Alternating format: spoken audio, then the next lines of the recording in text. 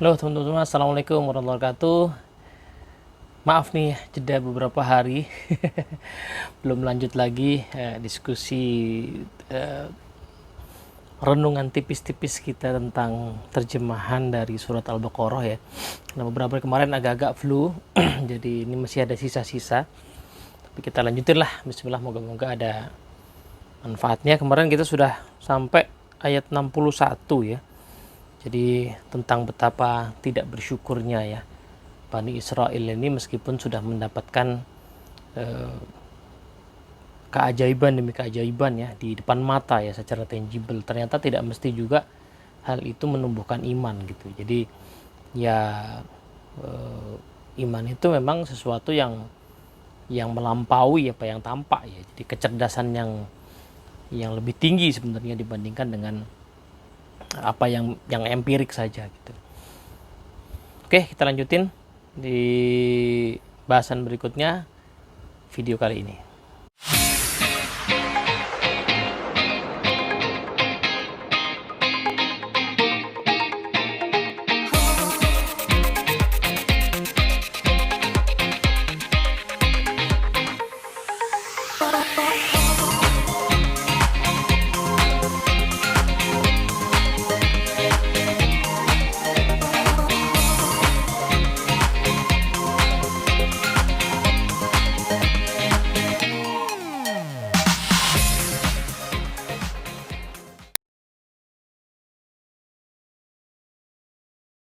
Oke, assalamualaikum warahmatullahi wabarakatuh. Halo teman-teman semua. Nah, di ayat 62 ini bunyinya tuh begini ya terjemahannya ya. Sesungguhnya orang-orang beriman, orang-orang Yahudi, orang-orang Nasrani dan orang-orang Sabi'in. Sabi'in ini keterangannya dikatakan adalah umat sebelum Nabi Muhammad SAW yang meyakini adanya Allah sebagai pencipta dan mempercayai adanya pengaruh bintang-bintang. Katanya, siapa saja di antara mereka yang beriman kepada Allah dan hari akhir serta melakukan kebajikan, mereka akan mendapat pahala dari Tuhannya. Mereka tidak ada rasa takut dan tidak bersedih. Saya coba merenungi ayat ini, ya mungkin dapat beberapa poin. Satu poin adalah penjelasan yang sangat menarik, karena ayat ini kalau menurut beberapa ustadz itu, at least yang saya ingat penjelasan Ustaz Luman ya, itu ayat yang sering dipelintir gitu ya. Karena di sini dikatakan, oh berarti orang Yahudi sama Nasrani itu bisa masuk surga dong, ya kan? Bebas aja dong mereka, ya kan? Nah, sehingga orang nggak mesti Islam dong, yang penting kan bisa apa saja dong jalannya. Nah itu padahal kata beliau kalau dicermati ya bunyi ayat ini sebenarnya ceritanya nggak begitu ya. Tapi cara memahaminya bagaimana? Ini kan agak membingungkan ya. Sesungguhnya orang-orang beriman, Yahudi, orang Nasrani dan Sabi'in, siapa saja di antara ini kan seolah-olah golongan beriman, Yahudi, Nasrani, Sabi'in itu seperti setara gitu kan. Nah, tapi sebenarnya kata kuncinya ada di setelahnya, itu siapa saja di antara mereka yang beriman kepada Allah dan hari akhir serta melakukan kebajikan. Jadi ada dua poinnya ya. Pertama bicara beberapa golongannya, lalu yang kedua bicara soal syaratnya. Jadi yang akan mendapat pahala dari Tuhan itu adalah yang beriman serta melakukan kebajikan. Nah, ini gimana cara memahaminya gitu? Saya terus terang nggak punya kapasitas juga, tapi yang saya tangkap ya dari penjelasan beliau adalah, ya pertama adalah kalau orang beriman itu jelas ya, orang muslim yang beriman itu jelas. Tapi pertanyaannya, ada nggak sih orang muslim yang tidak beriman dan tidak melakukan kebajikan? Sepertinya ada, ya kan? KTP-nya Islam gitu ya, statusnya Islam, keturunan muslim, tapi nggak beriman. Nah, buktinya nggak beriman apa misalnya? Ya, iman itu kan tiga ya, di hati, di lisan, di perbuatan gitu. Yang di hati kita mungkin nggak bisa lihat, tapi yang di hati itu kan ada ekspresinya berupa kata-kata dan juga perbuatan. Ada nggak orang yang secara status ya, tertulisnya Islam tetapi kata-katanya ya tidak seperti layaknya seorang muslim misalnya, dan perbuatannya juga begitu, ada nggak? Ya ada kenyataannya gitu ya.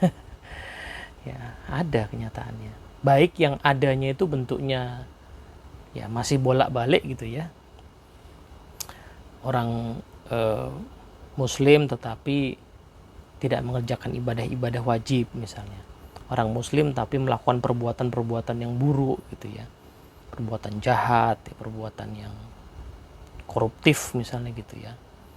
Itu kan paling tidak imannya pada saat melakukan perbuatan itu sedang hilang ya. Dia lupa kalau lagi diawasin sama malaikat, dia lupa kalau Allah Maha melihat ya. Dia lupa kalau dia mengambil yang bukan haknya misalnya. Statusnya secara hukum mungkin tetap Islam, tetapi iman dan kebajikannya sedang hilang gitu. Ya berarti nggak masuk kan, nggak masuk di dalam golongan yang dimaksud ayat ini gitu kan. Nah, soalnya kata kuncinya di situ ya, orang yang beriman yang tadi ya, beriman kepada Allah dan hari akhir. Nah, tapi pertanyaannya bagaimana dengan penyebutan orang Yahudi, Nasrani dan Sabi'in. Nah, Ustaz Tuman menjelaskan begini ya. Is it possible ya, mungkinkah ya, ada orang yang secara status non muslim ya, secara status hukumnya atau yang tampak non muslim, tetapi mereka sebenarnya melakukan pencarian ya, sedemikian panjang dalam hidupnya, dia pelajari agama yang dia dilahirkan dari situ, kemudian ya ada pertanyaan, ada ketidakpuasan, lalu pelan-pelan dia menemukan bahwa kayaknya Tuhan yang benar tuh yang ini dah ya, Allah inilah dengan segala profilnya. Cuma secara status belum ya, karena berbagai alasan ya. Misalnya karena ya ada kan ya orang-orang yang tinggal di suatu tempat yang let's say terpaksa gitu ya, menyembunyikan keimanannya secara lahir gitu, tapi dalam hatinya sudah ada kecenderungan ya, dan perilakunya pun sudah terarahkan ya, dengan imannya itu perilakunya sudah terarahkan. Ada cerita kalau nggak salah Ustaz Nu'man itu dapat cerita dari sahabatnya ya, Ustaz Omar Sulaiman ya. Satu kali ada seorang perempuan di Amerika bermimpi ya. Ya tentunya ini pasti berangkat dari pencarian, lalu suatu hari bermimpi dia melihat Ka'bah gitu. Dia nggak ngerti Ka'bah itu apa, tapi berkali-kali ada muncul mimpi itu, lalu dia browsing gitu ya, googling lah gitu ya. Googlingnya kalau nggak salah apa Cube Church apa gitu kalau nggak salah ya, karena dia nggak tahu itu apa kan, ternyata ini kok ternyata kiblatnya umat Islam gitu. Lalu dia mencari ya komunitas mana sih yang bisa diajak ngobrol gitu ya. Nah, singkat cerita ketemu satu komunitas yang ya mungkin agak kaku ya, melihat dia berpakaian yang tidak selayaknya masuk masjid gitu, diusir diusir. Jadi dia hampir putus asa, kemudian tapi mimpinya datang terus dan dia cari lagi ya. Nah, bertemulah dengan, bisa kontak dengan Ustaz Omar Sulaiman ini, lalu diajak bertemu sama istrinya gitu, diajak bertemu, kemudian ya singkat cerita akhirnya ya mendeklarasikan diri masuk Islam katanya begitu. Nah, deklarasi masuk Islamnya memang ada titiknya ya, tapi sebenarnya imannya kan sudah terjadi sebelumnya ya, ya kan. Dalam proses perjalanan dia mencari, browsing itu kan sudah muncul ya keyakinannya gitu, sampai akhirnya terdeklarasikan gitu.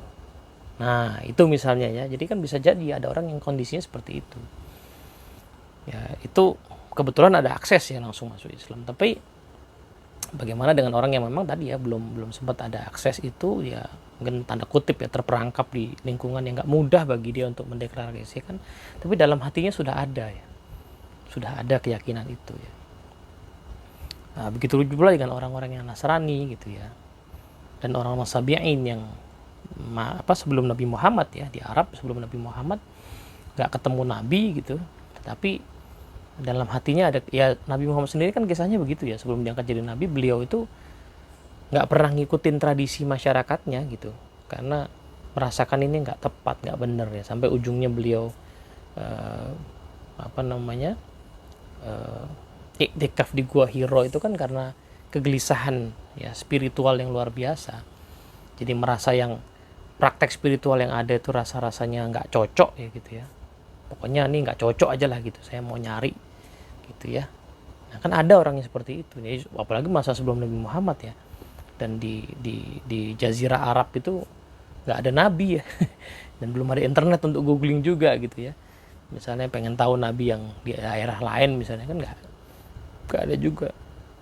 Jadi mungkin saja ada orang yang secara formal ya, belum ada kesempatan misalnya untuk mendeklarasikan sebagai seorang muslim, tapi hatinya sudah menemukan Allah gitu. Nah, kemudian terejawantah dalam perilaku ya, dia jadi terdorong berbuat baik gitu. Nah, orang-orang yang seperti ini insya Allah sudah dapat pahala ya gitu, karena begitu ada kesempatan dia pasti akan bersyahadat. Nah, itu satu poin ya, satu poin.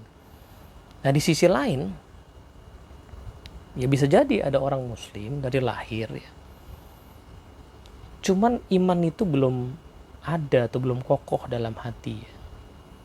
Kalau saya merefleksi ke hidup saya, ada titik-titik itu dari kecil ya, saya kan ya lahir di keluarga muslim gitu.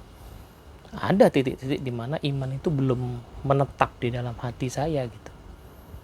Nah, seandainya kondisi itu bertahan ya belum tentu saya dapat pahala nih ya, belum tentu bisa termasuk golongan yang tidak ada rasa takut dan tidak bersedih. Karena orang Islam yang kayak saya waktu itu ya bisa jadi nanti pas di hari kiamat ya takut dan sedih luar biasa gitu, menyesal luar biasa, saya tuh lahir di keluarga muslim kok nggak sinau ya gitu. Jadi bisa bolak-balik nih ya, sangat mungkin ada orang yang secara formal belum Islam tapi dalam pencariannya sudah bertemu dengan Allah gitu ya.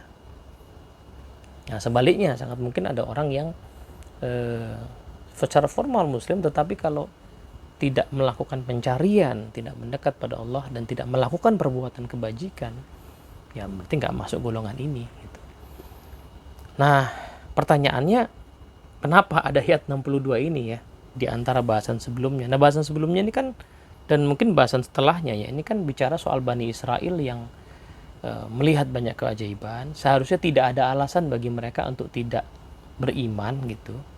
Tetapi perilaku mereka, ya fragmen-fragmen yang digabung di cerita-cerita ini, perilaku mereka tuh apa ya, seperti mengkufuri nikmat gitu loh. Ada nabi yang luar biasa di antara mereka, dan nabi itu bersambung-sambung terus gitu. Ada keajaiban yang nyata-nyata di depan mata mereka gitu. Nah, ayat sebelumnya kan begitu kan, udah dikasih makanan manna dan salwa yang begitu mudah ya, minta kelewatan, minta yang lain-lain lagi kan, kurang ajar kan gitu kan. Nah, maka ayat 62 ini seolah-olah menekankan bahwa bukan soal kamu itu keturunan siapa ya. Bukan soal kamu itu tinggal di mana ya, bukan soal kamu itu dari Bani Israel yang ya banyak nabi ada di kaummu ya, bukan soal itu ya. Tapi yang penting adalah soal imannya gitu. Kamu bukan umat yang istimewa kalau tanpa iman gitu ya. Meskipun kamu mengakui kamu turunan dari Israel ya, dari Nabi Yakub, kamu nggak istimewa kalau tidak ada iman dalam hatimu. Karena orang Sabi'in pun yang tidak bertemu dengan Nabi, ya kalau di dalam hatinya merasakan iman dan mengejawantahkan dalam kebaikan, maka mereka lah orang-orang yang selamat. Sementara kamu yang ngaku-ngaku gitu, tapi nggak beriman ya nggak bisa gitu. Jadi sebenarnya ya seperti itulah kira-kira maksudnya gitu. Nah, soalnya dilanjutkan lagi di ayat 63 ya, ingatlah ketika kami mengambil janjimu dan kami angkat gunung Sinai di atasmu. Bayangkan ya, ini Bani Israel mengalami ini nih. Jadi diminta berjanji ya untuk beriman pada Allah dengan cara gunung itu diangkat di atas mereka ya. Pegang teguhlah apa yang telah kami berikan kepadamu dan ingatlah apa yang ada di dalamnya agar kamu bertakwa. Jadi sampai semacam diancam begitu sama Allah ya, dengan cara gunung Sinai itu diangkat di atas mereka. Udah sampai kayak gitu tuh ya. Tapi ya ayat 64, namun setelah itu kamu berpaling. Jadi bahkan di momen kayak gitu pun mereka bilang iyanya ya, iya kami beriman, itu pura-pura gitu kan, Ini hati yang keras luar biasa. Ini seperti bahasan di mana ya? Bahasan di ayat 74 nanti. Hati Bani Israel ini bisa sedemikian keras gitu. Manusia lah secara umum bisa sedemikian keras. Bisa bahkan pura-pura ketika nyawa mereka di ujung tanduk gitu. Nah, jika bukan karena karunia Allah dan rahmatnya kepadamu, pasti kamu termasuk orang-orang rugi. Luar biasanya Allah adalah bahkan terhadap umat yang sebegitunya, Allah tuh tetap memberikan karunia rahmatnya. Allah tetap membiarkan mereka hidup ya. Allah tetap membiarkan mereka sebagaimana manusia yang lain. Mereka berhak hidup gitu ya. Disuruhlah ar-Rahmannya Allah gitu. Nah, ada nggak sih umat muslim yang seperti ini? Sepertinya ada gitu ya. Yang bahkan ketika cobaan yang ditimpakan kepadanya itu bertubi-tubi gitu ya. Ya mungkin pada saat nangis-nangis itu ya seolah-olah pengen beriman, tapi begitu kesulitan itu diangkat, balik lagi. Ada nggak orang begini yang statusnya Islam? Ada. Kenyataannya ada kan gitu. Dan ya mungkin moga-moga tidak, tetapi mungkin benih-benih itu bahkan ada di diri kita ya. Pas lagi banyak ujian luar biasa gitu khusyuknya gitu ya. Begitu diangkat ujiannya langsung lupa lagi gitu kan. Astagfirullah. Itu kan ya benih-benihnya sepertinya ada di dalam diri saya gitu. Jadi ini sebenarnya kisah Bani Israel, tetapi kalau saya lihat-lihat ini tamparan betul ya buat kita ya, buat saya gitu. Karena hampir semua ciri-ciri di sini tuh ada, benih-benihnya ada. Makanya diingatkan oleh Allah sekian banyak ayat ini karena ya sangat mungkin kita terjerumus ke sana karena benih-benihnya ada. Ya mungkin kita tidak diancam dengan gunung di atas kita ya, tapi kita diancam dengan berbagai musibah misalnya. Saya ingat mungkin kalau saya refleksi ke perjalanan hidup ya, tahun 2009 ketika gempa Padang itu, saya lagi di Padang dan saya merasakan sendiri guncangan yang luar biasa. Itu masa-masa itu ya alhamdulillah sih keluarga kami selamat. Tapi masa-masa itu membuat saya ya at least jadi terdorong untuk beribadah lebih serius. Tapi sekian lama kemudian sih saya ngerasa juga turun lagi gitu. Nah ini kan benih-benihnya mirip sama ini kan. Pas diuji itu naik iman kita, pada saat selesai ujiannya begitu lagi ya. Nah bahkan ini di ayat 65 ya, sungguh kamu telah mengetahui, ini fragmen yang berbeda nih ya, orang-orang yang melakukan pelanggaran di antaramu pada hari Sabat, lalu kami laknat mereka, jadilah kera yang hina. Ini kisahnya adalah umat Yahudi ini kan dikasih hari beribadah namanya hari Sabat, hari Sabtu kan. Kalau kita hari Jumat, mereka hari Sabtu. Nah bedanya dengan kita tuh cuman diperintahkan sholat Jumat aja yang cowok-cowok ya. Pagi sama siangnya kita boleh beraktivitas yang lain. Dan mereka tuh hanya pure untuk beribadah aja, karena ya konon kan memang syariatnya terhadap Bani Israel ini ketat kan. Jadi hari ibadahnya tuh betul ibadah. Tapi kenyataannya ya mereka ngakalin gitu, karena ada kisahnya kan. Jadi justru di hari Sabtu itu ikan-ikan yang biasa mereka ambil gitu, justru kayak gampang banget diambilnya di hari Sabtu gitu. Padahal kan nggak boleh ya. Lalu mereka ngakalin ya, pasang jaring di hari Jumat gitu, nanti di hari Minggu diambil. Hari Sabtunya sih nggak ngapa-ngapain, tapi basically niat ngakalinnya itulah yang Allah nilai gitu ya.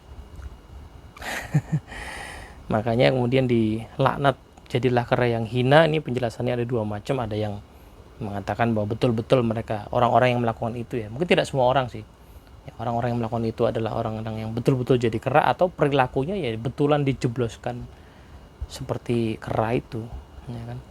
Kami jadikan peringatan bagi orang-orang pada masa itu dan bagi generasi kemudian, serta menjadi pelajaran bagi orang-orang bertakwa. Jadi kisah itu ya, kisah laknat Allah kepada mereka yang mengakali hari Sabat itu adalah pelajaran bagi kita yang pengen bertakwa gitu. Ustadz Numan kasih contoh yang menarik ya. Ya lagi-lagi kalau kita baca kisah Bani Israel seolah-olah kan itu kisah mereka, tapi sebenarnya benih-benih di dalam diri kita mungkin ada ya. Misalnya ya bicara hari Jumat lah gitu ya. Ada ya cowok-cowok ya, laki-laki di hari Jumat itu yang ya sudah tahu ya bersegera ke masjid itu bagus, ini mepet-mepet ke masjidnya. Bukan karena apa-apa, karena malas saja gitu ya. Ada yang sengaja di luar, yang ngebakso di luar gitu. Nanti pas sholat baru ya. Khotibnya udah ini apa namanya udah qomat baru kemudian sholat. Ada yang sengaja duduknya di luar supaya cepat-cepat bisa pergi lagi gitu kan. Ada yang dengerin khutbah sambil ngerokok di luar gitu. Ada yang bahkan mungkin kalau satu teman cerita ya di Amerika ada yang di parkiran nih nunggu khutbahnya itu di parkiran di mobil pakai AC gitu. Nanti sholat mereka di paling luar kemudian langsung cepet-cepet keluar. Ya mirip kan kelakuannya sama ini kan. Tuh ada yang seperti itu ya. Jadi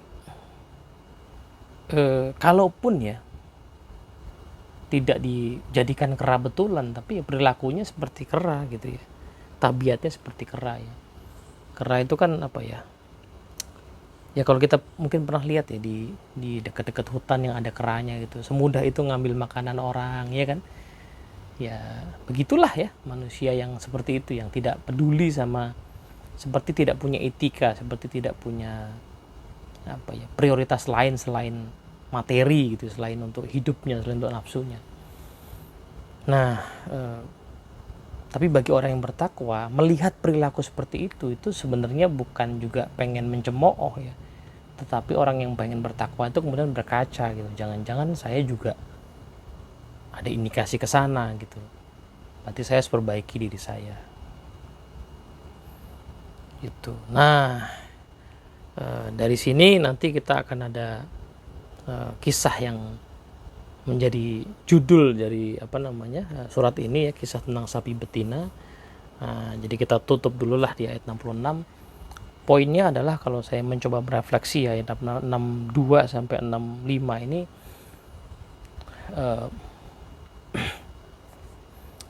adalah